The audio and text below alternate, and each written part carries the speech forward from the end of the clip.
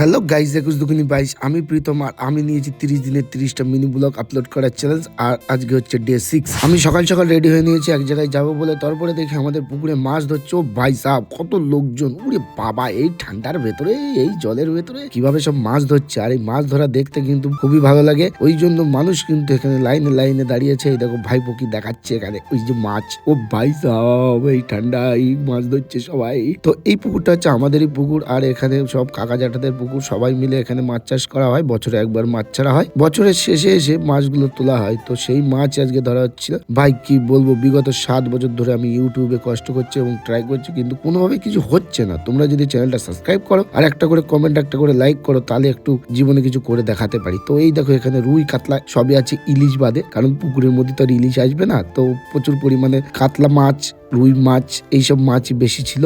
আর হচ্ছে কই মাছ, তো ভাই এবারে কই মাছের বিয়ে হয়েছে বিভিন্ন পুকুরে, বিভিন্ন গর্ত, যেখানে জল জমেছে সেখানে কই মাছ প্রচুর পরিমাণে হয়েছিল। এবারে সবাই মিলে ধরেছে এবং খেয়েছেও প্রচুর। তো এই দেখো ওখানে বহু লোক সবাই মাছ দেখছিল, আরো বড় বড় মাছ উঠেছে। এখানে পুঁটি মাছ এখানে বাঁচা চলছিল, যে দেখো পুঁটি মাছ কতগুলো। এই দেখো ভাই এদিকে বড় মাছটা হাতে নিয়ে দেখাচ্ছে, তো মাছ ব্যাপারীর মতন। তারপর মেজাকমা বললো আমার একটু ভিডিও করে দে। তারপরে দেখাতে গিয়ে হলো এক কাণ্ড, দেখো হাত নিয়েছে কামড়ে, এবং কামড়ে দেওয়ার পরে মাছ তো হাত থেকে ছিটকে পড়ে গেল এবং হাতও কেটে রক্ত বেরোচ্ছিল গল গল করে। মাছগুলোর দাঁতও ছিল ভাই বিশাল খতরনাক, বিশাল বড় বড়, কি বলবো তোমাদের। এই দেখো, তারপরে মিনা কাকিমা একটু মাছটা ধরলো, এই মাছেরই ঝোল করে খাবো আজকে। তারপরে আমি চলে যাব আরেক জায়গায়, ওই জন্য যাওয়ার জন্য বেরিয়েছি। তখন দেখি গৌরব ভাই সঙ্গে দেখা হলো। তো গৌরব ভাই বোর জিন্দাবাদ।